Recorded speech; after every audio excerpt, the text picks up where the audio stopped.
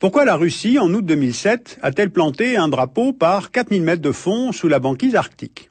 Est-ce que c'est une relance de la conquête des pôles?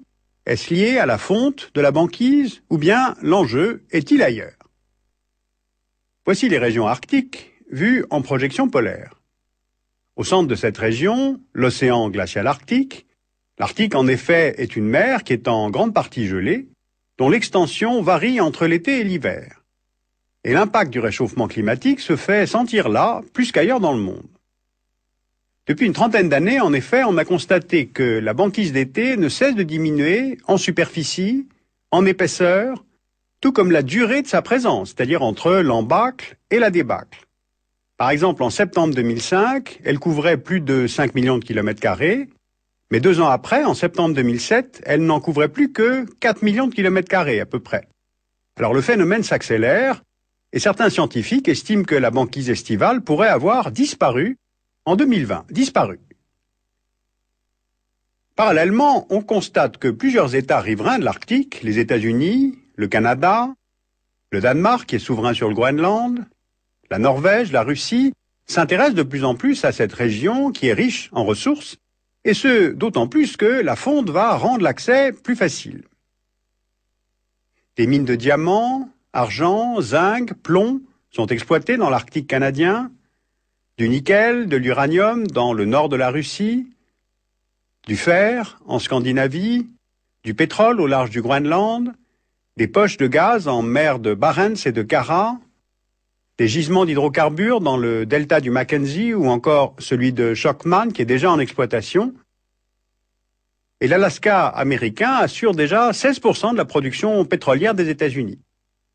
Alors selon certaines estimations, l'Arctique pourrait recéler un quart des réserves de gaz et de pétrole au monde. Ce qui fait que la conjonction de la diminution de la banquise d'été, une période de tension sur les prix, de forte demande sur les matières premières et des nouvelles possibilités d'exploitation des ressources minières, eh bien tout cela pourrait favoriser la navigation autour de l'Arctique. Par exemple, la route du nord-est le long des côtes sibériennes est déjà ouverte toute l'année. 4 brise-glaces russes à propulsion nucléaire ouvrent la voie pour l'acheminement des ressources du nord de la Russie vers les centres de transformation. Côté canadien, le passage du nord-ouest est resté pour la première fois libre de glace pendant plusieurs jours de l'été 2007.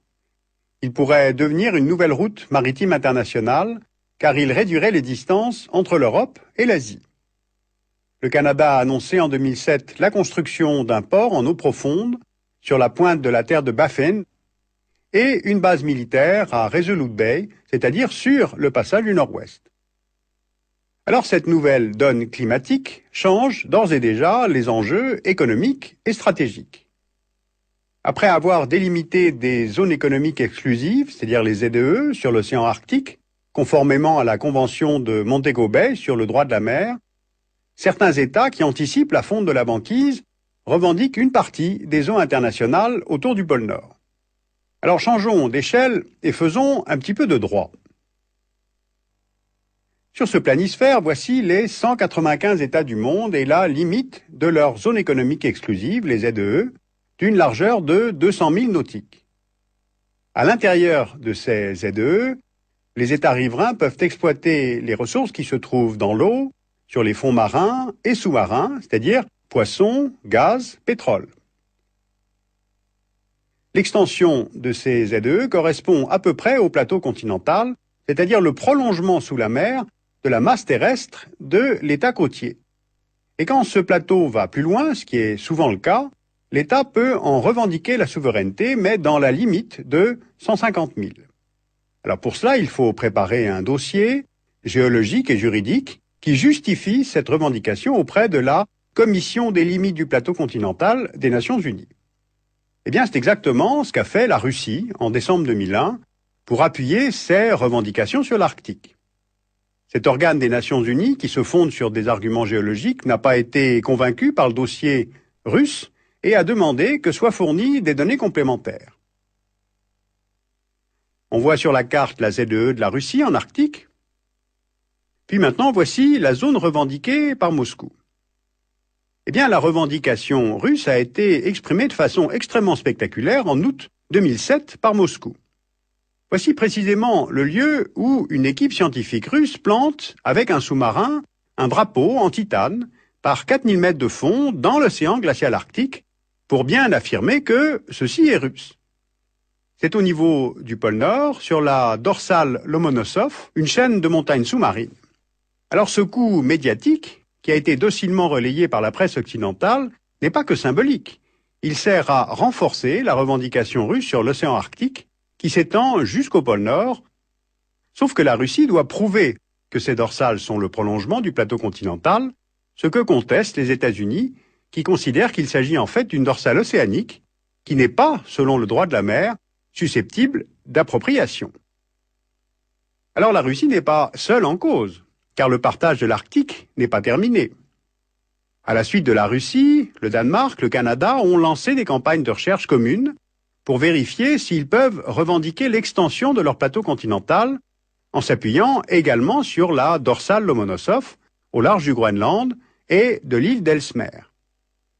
De leur côté, les États-Unis, qui n'ont toujours pas ratifié la convention de Montego Bay, revendiquent discrètement le plateau de Chukchi dans la continuité de l'Alaska. Cela pourrait peut-être accélérer leur adhésion, d'autant plus qu'il ne manque aujourd'hui que l'aval de leur Sénat.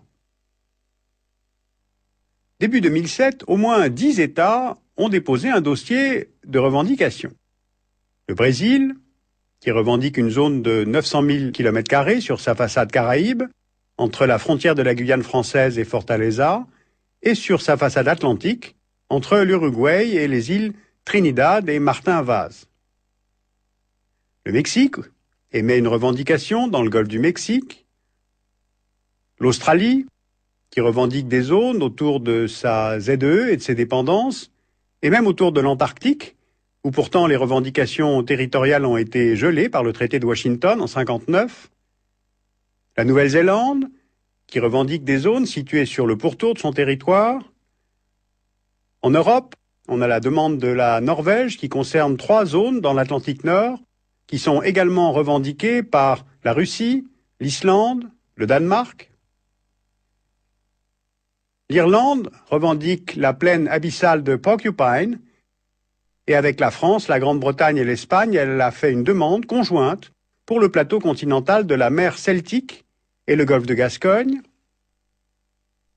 La France, elle aussi, revendique une zone de 700 000 km² dans le golfe de Gascogne, le plateau des Guyanes, et autour de la Nouvelle-Calédonie et ses îles subantarctiques, c'est-à-dire Kerguelen, Amsterdam et Crozet. Alors vous voyez, les revendications sont très nombreuses.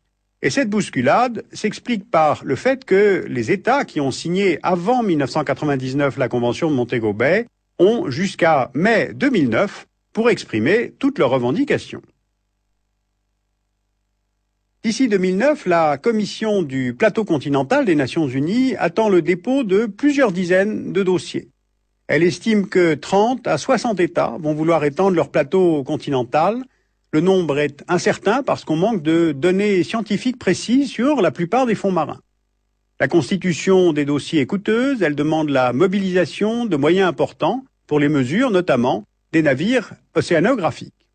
En tout cas, ce qui est certain, c'est que l'extension du plateau continental portera sur plus de 20 millions de km², avec des enjeux très importants en termes de ressources. Donc la fixation des frontières maritimes est loin d'être terminée, elle entraînera des problèmes de délimitation, voire des tensions entre États. Si vous voulez approfondir ces questions pôle Nord, pôle Sud, vous pouvez lire utilement l'Atlas des pôles, qui est préparé par Éric Canobio, et c'est aux éditions Autrement. Et puis la revue Diplomatie a publié un numéro spécial sur la géopolitique des océans. Et puis je vous rappelle l'émission de Thierry Garcin, Les enjeux internationaux, qui est consacrée aux questions géopolitiques. C'est tous les matins sur France Culture et c'est à 7h15.